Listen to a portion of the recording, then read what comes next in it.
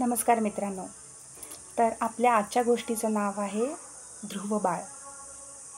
तुम्हाला आकाशात ध्रुव तारा माहिती असेलच. त्या ध्रुव ताऱ्याची आज आपण गोष्ट बघणार आहोत. खूप वर्षांपूर्वी उत्तानपाद नावाचा एक राजा होता. त्याला 2 राण्या होत्या.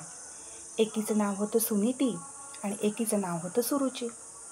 सुनीती ही राजाची नावडती राणी होती आणि सुरुची ही आवडती राणी होती. सुरुची आवडती राणी ही राजमहालात राहायची, थाटामाटात राहायची आणि सुनीती नावडती राणी बिचारी लांब जंगलात एका वस्तीत राहायची. अशी बरीच वर्ष गेली. राजाला 2 मुलं होती. सुनीतीच्या मुलाचं नाव होतं ध्रुवबाळ आणि सुरुचीच्या मुलाचं नाव होतं उत्तम. ध्रुवबाळ 5 वर्षाचा झाला. तो त्या वस्तीतल्या लहान लहान मुलांबरोबर खेळू बागडू लागला. एके दिवशी ती सगळी मुलं त्याला विचारू लागली, "अरे, तुझे बाबा कुठे आहेत? आमचे बाबा आम्हाला खाऊ आणतात. तुझे बाबा का नाही दिसत?" ध्रुव बाळाने आपल्या आईला विचारलं. मग आईने त्याला राजाबद्दल सांगितलं. ध्रुव बाळाने खूप हट्ट केला. राजधानीत जायचा, आपल्या वडिलांना भेटायचा. पण सुनीतीने सांगितलं, "बाळा, तिकडे सुरुची राणी आहे. ती तुझा अपमान करेल. तुझा अपमान होईल, तू तिकडे नको जाऊ." पण ध्रुव बाळ काही ऐकला नाही आणि तो राजधानीत गेला. आपल्या वडिलांसमोर जाऊन उभा राहिला. त्याला बघून उत्तानपाद राजाला खूप आनंद झाला. राजाने त्याला आपल्या मांडीवर बसवलं. एका मांडीवर ध्रुव बाळ बसला, एका मांडीवर उत्तम बसला. तेवढ्यात तिकडे सुरुची आली आणि तिच्या अंगाची लाही लाही झाली. तिने ध्रुव बाळाच्या हाताला पकडलं आणि खसकन त्याला खाली पाडलं आणि त्याला म्हणाली, "तुझी ही हिंमत? तू इथे आलासच कसा? चल चालता हो." ध्रुव बाळाने अपेक्षेने आपल्या वडिलांकडे बघितलं, पण उत्तानपाद राजाने काहीच प्रतिक्रिया दिली नाही.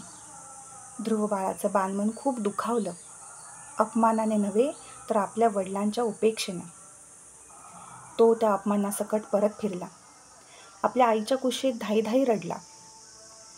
सुनीतीने त्याची खूप समजूत घातली. तो आईला म्हणाला, "आई, असं होऊ शकत नाही का गं? मला अशी एक जागा मिळू शकत नाही का गं की जिथून मला कोणीच हाकलू नाही शकत?" सुनीती म्हणाली, "आता बाबा, देव तुलाच अशी जागा देऊ शकतो. माझ्यात काही ताकद नाही." मग ध्रुव बाळाने ठरवलं देवाची तपश्चर्या करण्याचं आणि तो अरण्यात निघाला. त्याच्या आईने त्याला थांबवण्याचा खूप प्रयत्न केला.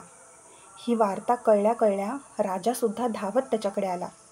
त्याने ध्रुवाची क्षमा मागितली.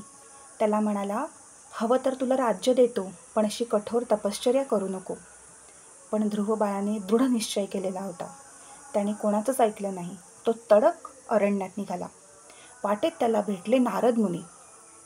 नारद मुनींना सगळी हकीकत समजली. नारद मुनी म्हणाले, "तू एक मंत्राचा जप कर. ओम नमो वासुदेवाय नमः.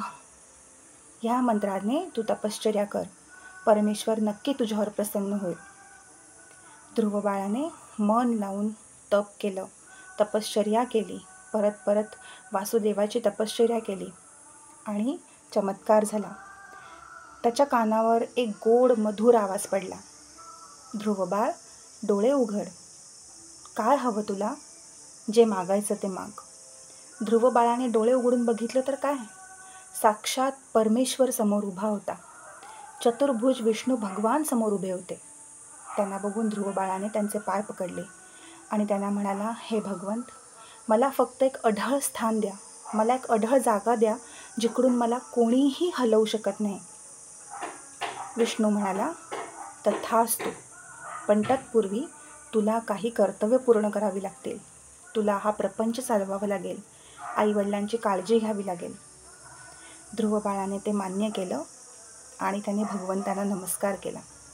विष्णुदेव पुढे म्हणाले, "तुला मी असं ढळस्थान प्राप्त करतो की अख्खा संसार तुझ्या भोवती प्रदक्षिणा घालेल.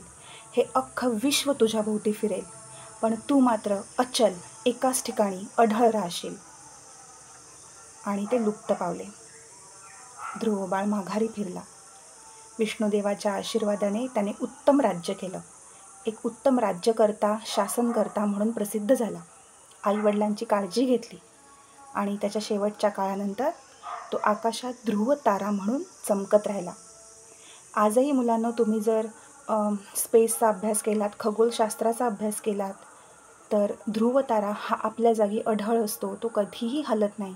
तो अविचल असतो, एका स्थानी असतो.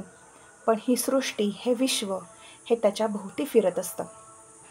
तर अशी होती त्या ध्रुवताऱ्याची, अर्थात ध्रुवबाळाची गोष्ट. ही तुम्हाला कशी वाटली नक्की सांगा. आवडली तर लाईक करा, शेअर करा, सबस्क्राईब करा आणि कमेंटमध्ये सांगायला विसरू नका की तुम्हाला अजून कोणत्या कोणत्या गोष्टी ऐकायला आवडतील किंवा तुम्हाला काही सूचना करायची असेल तर नक्की कमेंट बॉक्स अवेलेबल आहे. धन्यवाद.